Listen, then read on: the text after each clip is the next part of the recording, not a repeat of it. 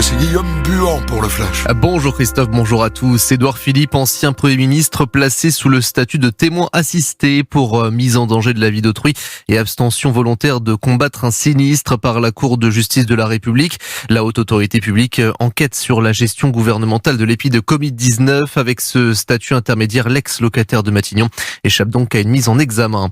La grève au dépôt de carburant de Fézin dans le Rhône, une nouvelle fois reconduite avec 90% de grévistes recensés sur le site selon la CGT.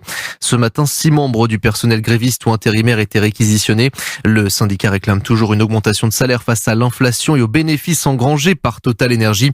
Lundi, les salariés seront donc invités à se prononcer sur la suite ou non du mouvement. La CGT n'a pour l'heure pas signé d'accord et un site en Normandie est également en grève.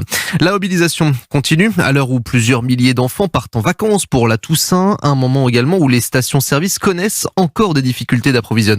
Malgré tout, la situation s'améliore avec hier 13% des pompes à essence françaises en manque de gazole ou encore d'essence.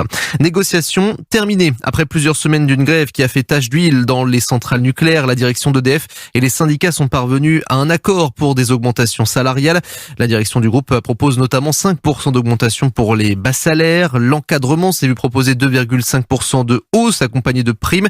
À cette annonce, les grévistes ont donc relâché la pression sur les centrales principales pourvoyeuses d'électricité en France.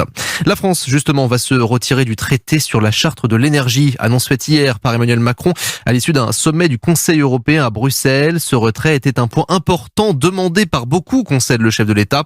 Adopté en 1994, ce texte était jugé par plusieurs instances comme trop protecteur des énergies fossiles et incompatible avec les objectifs de l'accord de Paris. À Créteil à présent, enquête ouverte pour tentative de viol après l'agression sexuelle d'une magistrate du tribunal judiciaire. Le service départemental de police du Val-de-Marne est en charge des investigations. L'individu a tenté d'agresser 2 femmes avant de s'en prendre à la magistrate. La nouvelle première ministre italienne, Giorgia Meloni, et ses ministres ont prêté serment ce matin au palais présidentiel à Rome. Il s'agit là du gouvernement le plus à droite et le plus eurosceptique d'Italie depuis 1946. La chef du parti nationaliste est à la tête d'une coalition avec la Ligue de Matteo Salvini et le parti Forza Italia de Silvio Berlusconi.